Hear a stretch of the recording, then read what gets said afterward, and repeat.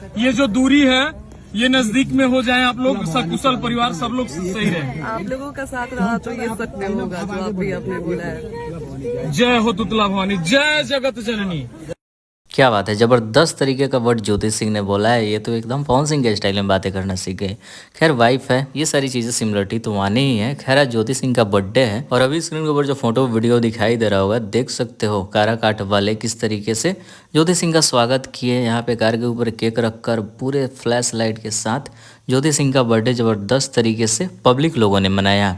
ये ज्योति सिंह के द्वारा बर्थडे नहीं मनाया जा रहा है, वहाँ की जो जनता चाहती है, ज्योति सिंह को पसंद करती है, वहाँ जो ज्योति सिंह के फैंस हैं वहीं ज्योति सिंह का बर्थडे मनाया है और सबको केक वो खिला रही है। ये बहुत परफेक्टली बर्थडे मनाई है ज्योति सिंह अपना।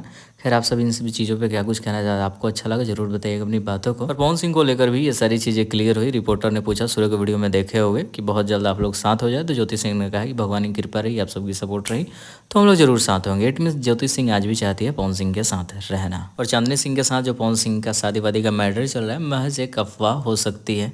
देखते हैं क्या कुछ होता है। जैसे ही कुछ आएगा वीडियो बनेगा, चैनल को सब्सक्राइब कर रही है, चैनल के साथ बने रहिए।